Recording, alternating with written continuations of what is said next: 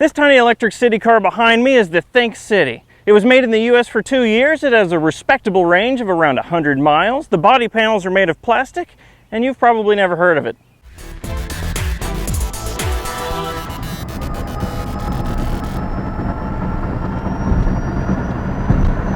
This, as I said before, is the Think City, spelled T-H-bang-N-K, City. But before I show you the car, let me give you a brief and barely researched history lesson about it. Back in 1999, Ford acquired a small electric city car maker from Norway called Pivco. And they used this company and its resources to build a small electric city car for California called the Ford Think, spelled the same ridiculous way with an exclamation point in the middle. Right up until 2003, when they gave up on the whole idea and sold the company to an Indian investor with his own business. Before Ford sold the company, they had already begun work designing the second generation of the Ford Think. However, being sold off and dropped by Ford sort of put a substantial hold on the development of that second generation car. Eventually, though, they did finish developing those second generation Thinks, which is basically the car you see here, and they started manufacturing them in 2007. I'm not planning to get in the car. I don't know why I really opened the door. And then in 2008, the company ran out of money and stopped production because the economy fell to pieces. In 2009, they got some more money and restarted production, this time in Finland at the Valmet facility. In late 2010, the company opened up a second factory in Elkhart, Indiana, a town famous mostly for making large quantities of poorly made RVs. And then in 2011, the company went bankrupt. The last Think City rolled off the production line in 2012. This car right here is a 2011 model made at the aforementioned Elkhart facility. Here's a quick rundown of the specs of this car. I'm just going to read it off my phone because I'm not going to try to memorize all this stuff. It has a 3-phase induction motor making 46 horsepower and 66 feet-pounds of torque. I know that's not a lot. It weighs 2,350 pounds. It has a 23 kilowatt-hour lithium-ion battery pack, giving it a range of around 100 miles or 160 kilometers if you use the Sensical system. The top speed is limited to 75 miles an hour. The body panels are made of molded textured plastic, and the steering pump sounds like an angry asthmatic squirrel. Just a quick aside here, the owner gave me some new information that I didn't know previously. As I mentioned, this car has pretty standard lithium-ion batteries, but earlier versions of this car, before 2011 or somewhere thereabouts, used a molten sodium battery. Now, I had read this online, but I didn't think anything of it. He told me that it is actually molten sodium, and it has to be kept at 300 degrees Celsius to remain working. So not only was this car range limited to about 100 miles with the sodium battery, but it was also time limited because your battery would only work while the sodium remained molten, and it would only melt when it was connected to the charger. So if you, say, drove your Think around and then parked it overnight without plugging it in, it wouldn't go anywhere because the battery would be frozen. Something I'd never known before. I'll start with the outside of this tiny little thing. You'll notice it looks a little bit squashed, and I guess it's because of this. This thing looks deceptively small. It actually has a shorter wheelbase than my Wigo, but I always think of it when I see it in pictures as a larger vehicle, more on the line of a Ford Focus-sized car or something like that. Despite its diminutive size, European models, and this one, even include a rear seat, although it's about as useful as a rear seat as a dinner plate is useful as a toboggan. I'll save you the trouble of me getting in this car, but suffice it to say, this ain't comfortable. The body panels covering this car are all made of matte finish molded plastic, and it's the plastic itself that contains the color of this car. There is no paint on the body panels. Now, in theory, this sounds excellent because without paint, it basically absorbs scratches, but at one point, this car was red. Now, due to a bit of fading over time, it's definitely on the spectrum of pink, but oh well. And while I'm on the downsides, the matte finish of this plastic makes the body incredibly hard to clean.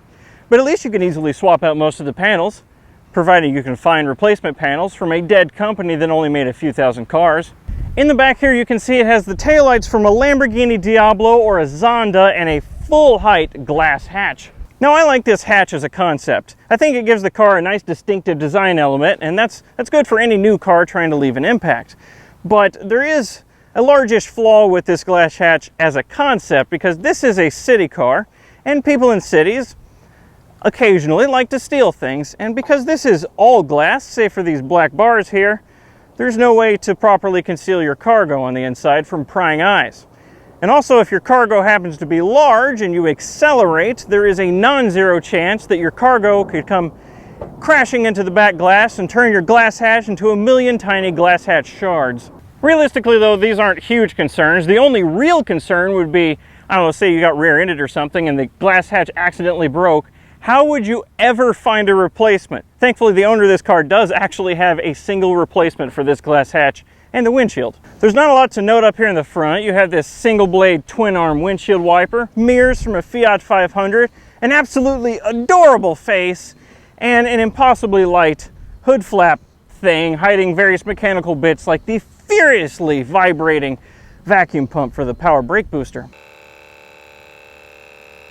When you get inside this car, you notice two things right away. One, the door is absolutely huge. Look at this thing. And two, the door sill is even huger.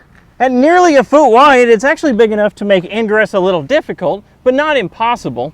Like I mentioned earlier, the color of this car comes from the infused color of the plastic body panels, like you can see here, but like you can see here on the door, it's painted silver. Now that's because all things had their framey bits painted silver from the factory, and the color choice was merely the choice of what color body panels they wanted to slap onto the car. Now theoretically, having all of your frames painted the same color would lower production costs, which is pretty clever. Speaking of production costs, one thing I haven't mentioned yet is price. I hope you're sitting down for this, because when this car was new in 2011, it sold for a whopping $36,000. Now that's a lot, obviously, and this is before tax incentives, but it does get worse because apparently ramping up production in Indiana was so expensive that the first 100 cars they sold, they charged $42,000 for. What kind of garbage deal is that? It's an early adopter tax. But anyway, despite the huge price, apparently they didn't charge enough because they went out of business very shortly anyway. As many of you know, I own a 2013 Wigo, which is awful. Now I wanted to use that car as a point of comparison for this Think because on paper the two vehicles are very similar. But once you get behind the wheel, the two cars are so vastly different that I think the Wigo would give me a skewed point of view. For example, the motor doesn't sound like a jet engine taking off. The front wheels don't feel like they want to free themselves from the frame when you accelerate. Wind noise doesn't dominate the cabin. The interior trim isn't falling apart. And the steering won't suddenly jump into the other lane if you, say, sneeze. It all just feels normal. It means that, unlike the Wigo, this car isn't trying to set electric cars as a whole back by, say, 15 years. At least a small part of the thing's quality comes from the company's past relationship with Ford. There's a lot of Ford Focus parts in here, like the steering wheel, the column stalks, the light switch, various other things. Aside from the various parts, the rest of the interior is all laid out nicely and logically.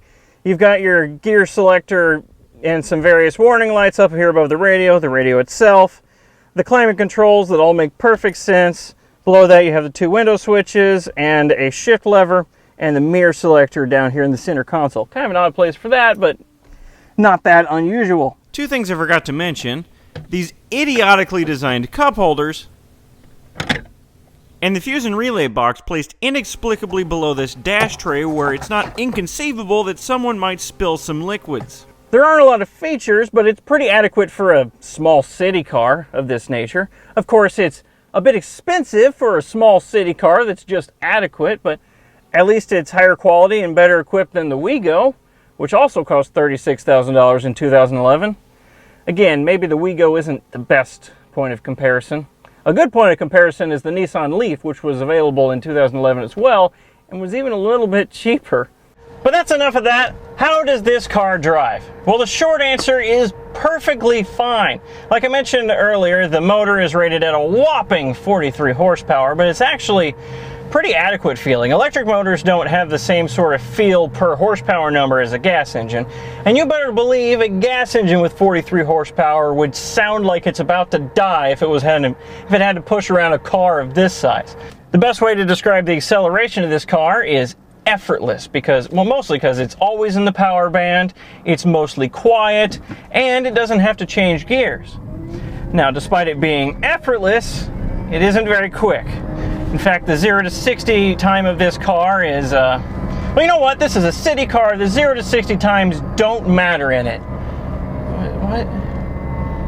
I don't think I've ever been undermined by a subtitle before. As for the rest of the car, the steering is electro-hydraulically assisted and very heavy, although it might as well be electrically assisted with how absolutely numb it is. It has wonderful regen braking like most electric cars do. It has variable assistance of the regen too. You can have it in drive and it's very little regen, or you can have it in eco mode and it's strong regen, although in eco mode it cuts power substantially. The handling doesn't matter. This is a city car. If you try to find the limits of adhesion, you're going to end up hitting a pedestrian or smacking to a building or something. It doesn't really matter. Overall, this car feels normal. I mean, it feels like a small economy car that's electric. That's the best I can say. So much better than the Wigo, which feels like it's trying to fall apart at every given opportunity. And now, let's take this car on the highway and see how 43 horsepower does going 70. I'm accelerating uphill, but it is able to do it. I'm about to hit 50 and it's still accelerating. This is a feat the Wigo cannot possibly manage, but the Think does it with ease, really. I'm doing 60 now, and I still have the ability to accelerate. Like I mentioned, this car is speed limited to 75 miles an hour, which is plenty, I really think. I don't really think it could do much more than that. And now I'm on the highway, like a normal car. Now, one interesting thing is I mentioned there's two drive modes. You have drive and then you have eco mode. Eco gives you stronger regen. If you put it in eco mode on the highway and try to accelerate, it feels like your engine just died, your motor rather, just died, because it limits the power so much that it limits the top speed to 60, and if you start going up any hill, it will not be able to accelerate any longer. There is one feature the Wigo has that I wish the Think had. In the Wigo, you can put it in sport mode and eco mode at the same time, so you have full power and full regen. The Think appears to have no such capability, so you either have full power or full regen, and that's slightly annoying, but the rest of the car is so much better, I can forgive it. Now, as far as overall build quality, I wanted to say this car was built extremely well, but the owner showed me some things that indicated otherwise. One, the door sill I showed you earlier, not the door sill, the door I showed you earlier, the metal on it is sort of wavy and creased, which doesn't look great. And the biggest thing, I think, is there's a water leak in the back. Over the hatch, there's a part where the sealant they use is cracking and drying out. It's letting water in and it's staining the headliner, the cool headliner with an interesting wavy pattern in it. So that's a shame, but the build quality isn't that bad. It's just a couple of low points in the car. Maybe it's because I'm weird, but I absolutely love this little thing. It's a fun little electric car that in most cases can be had for under $5,000 now. But despite my enthusiasm for it, it's easy to see why it didn't take off with the public, because most of the public, including myself, aren't willing to spend $36,000 for what's essentially a quiet, cutesy Ford Focus that only goes 100 miles on a charge, even if the steering pump sounds like a laughing hamster. I'd like to thank the owner of this car, Kyle here, for lending me this Think for the day, even if he wouldn't trade me this for the Wigo. Still upset about. And now it's time to say goodbye to this little Think, the forgotten electric car that, as it turns out, is pretty normal. As always, if you want to support Aging Wheels, you can find merchandise like this shirt in the description below.